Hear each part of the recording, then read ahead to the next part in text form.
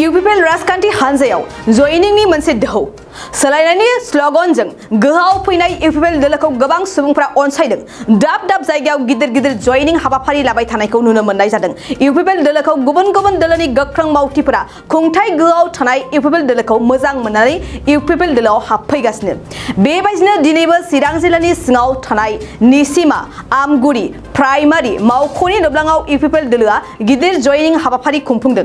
बेबायदिनो हाबाफारिनि गेजेरजों MLA जयन्त बसुमतारीनि नुजाथिनायाव गासै 250 सासे गुबुन गुबुन दोलोनि गोख्रों मावथिफोरा UPL दोलोआव हाबफैदों।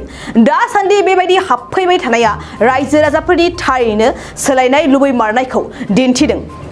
हाबाफारियाव बाहागो लादों चिरां जिल्ला लाइमोन UPL नि नेहाथारि बिनोद शर्मा, मिरु UPL नि नेहाथारि डिम्बिश्वर उपाध्याय, निसिमा ब्लक UPL नि आफादगिरि नेहाथारिजों लोगोसे गोबां दैदेनगिरिफोरा दिनैहाय जोंनाव जयेन जाफैबाय बिनि थाखाय आं जोबोद गोजोननाय मोनदों आरो राजपारा गामिजों लोगोसे आमगुरि ओनसोलनि गासै जायफ्रा जोंनि UPL दोलोनि जोंनि सान्थौ आरो सानस्रिखौ मोजां मोननानै जयनिं जाफैबाय बिथांमोनखौ आं गोरबो गोसोनिफ्राय साबायखर जासिदों आरो जोंनि UPL नि दोलोनि जोंनि जे न'खर बे न'खराव आं बिथांमोनखौ बरायदों।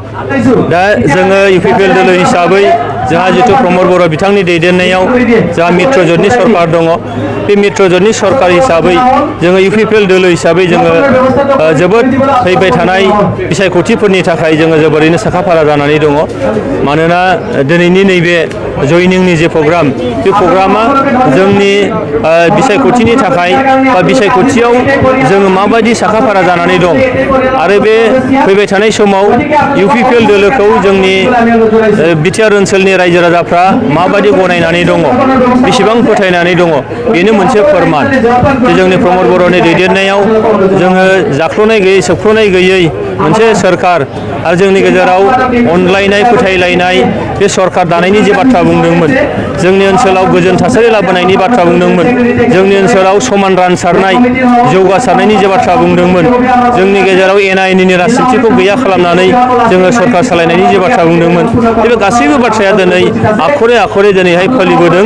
मानोना बेयाव दिनैहाय बर'नि राजनिति गैलिया, जायनि थाखायनो दिनैहाय नैबे ओनसोलाव सिगाङाव मोनसे हाथियारनि मोनसे सोमावसारनाय जादोंमोन। हाथियारनि सोमावसारनायाव दिनैहाय आर्मि पुलिस मिलिटारिनि मोनसे जुलुमबाजि दंमोन। दिनै बे थासारिफ्रा गैलिया। दिनै रायजो राजाफ्रा उदां गोसोयै नैबे ओनसोलाव बेरायनो हायो, नैबे ओनसोलाव फालांगि मावनो हायो। बिनि थाखायनो UPL दोलोखौ बिथांमोनहा जोबोरैनो फोथायनाय लाखिदों आरो बे फोथायनाय लाखिनायनि बिदिन्थि महरैनो दिनै बे राजपारा बायदि आमगुरि ओनसोलाव दिनैहाय गैयाब्लाबो 500सो सुबुंफ्रा दिनैहाय जोंनि UPL दोलोआव जयनिं जाबाय। दा बेयाव गामिनि दैदेनगिरिफोर गावबुरा दङ, गामिनि आफादगिरि दङ, बे ओनसोलनि सानसुमैफोर दङ, बे ओनसोलनि समाज दैदेनगिरि, बे ओनसोलनि धोरोम दैदेनगिरि बिथांमोनहाबो दङ। दा दिनै बेनो फोरमान होनो हायो जे दिनै UPL दोलोखौ बिनि सान्थौ आरो सानस्रि आदर्शफोरखौ मोजां मोननानै बिथांमोनहा फैदों। बिनि थाखायनो दिनै जोङो बिथांमोनखौ बरायदों आरो बियो जोंनि दोलोनि फैबाय थानाय समाव माबादि जों साखाफारा जानानै दं बिनिनो मोनसे बिदिन्थि महरै आं बुंनो सानो। दिनै जोङो 16 नं निसिमा 16 नम्बर निसिमा समष्टि हिसाबै जों जोबोद खुसि मोनदों। बे खुसिखौ जोङो नोंथांमोननोबो दिनै निसिमा ब्लक कमिटिनि जानानै आरो दिनैनि बे प्रग्रामनि जयनिं प्रग्रामनि जानानै जोङो जोंनि अननाय गोजोननाय गासैखौबो जोङो खुसिखौ जोङो नोंथांमोननो जासिहरग्रोनाय जाबाय। दिनै जोंनि बे आमगुरि आइबि बांलानि प्रेमिसाव गोबां माइनरिटि कमिउनिटिनिफ्राय, आदिबासि कमिउनिटिनिफ्राय आरो बर' कमिउनिटिनिफ्राय मोनब्रै गामि जोंनि आमगुरि BCTC नि सिङाव थानाय जेरै नारायणपुर, राजपारा, आमगुरि आरो कलियागाव बे मोनब्रै गामिनिफ्राय दिनै खमैनो 250 जन बायदि भटार्सफ्रा जयेन जाबाय। बिथांमोना जोबोद गोजोननाय मोनदों आरो बिथांमोना जोंनि 31 नं सिडली समष्टि बिसेस जोंनि जयन्त बसुमतारी सारनि नेतृत्वनि गेजेरजोंनो दिनै बे जयनिं हाबाफारियाव बाहागो लाबाय। बेवहाय जयनिं लाग्राफ्रा खमैनो 250 जन बायदि गासैबो नामखौ जोङो लाजोबखादों भटार आइडिजों लोगोसे। बर'ब्लाबो, माइनरिटि कमिउनिटिब्लाबो, आदिबासिब्लाबो। दा बिथांमोननि भटार्स लिस्टफ्रा जोंनि प्राइमारिनि रेजिस्टारावनो रोखा रोखा लिरजानो होनाय जादों आरो। दा जोङो नैबे निसिमा ब्लकनि गेजेरजों जोङो सिन्था खालामदों जोंनि निसिमा ब्लकनि सिङाव थानाय जेसेबांनाखि BCTC प्राइमारि आरो गावफोर दं, बे गामिफोरावहाय जोङो UPL पार्टियाव थानानै जोंनि जोंनि निसिमायावहाय MCLA बा EM गैयाब्लाबो जोंहा बिधायक सासे दङ 31 नं सिडली समस्तिनि बिथांनि गेजेरजों आरो प्रमद बर' सार दैदेननायनि गेजेरजों जोङो कमिउनिकेसन जेरै लामा हान्थामेला ब्रिजेस दालांफोर बानायनाय लोगोसे माखासे अंगनबादि सेन्टारफोर स्कुलफोर लोगोसे माखासे मस्जिद गिर्जा जेसेबांनाखि माने समाजनि थाखाय नांगौ बायदि समस्याफोर दं बेखौ जोङो हानायमानि जों सुफुंनो थाखाय सेस्था खालामदों।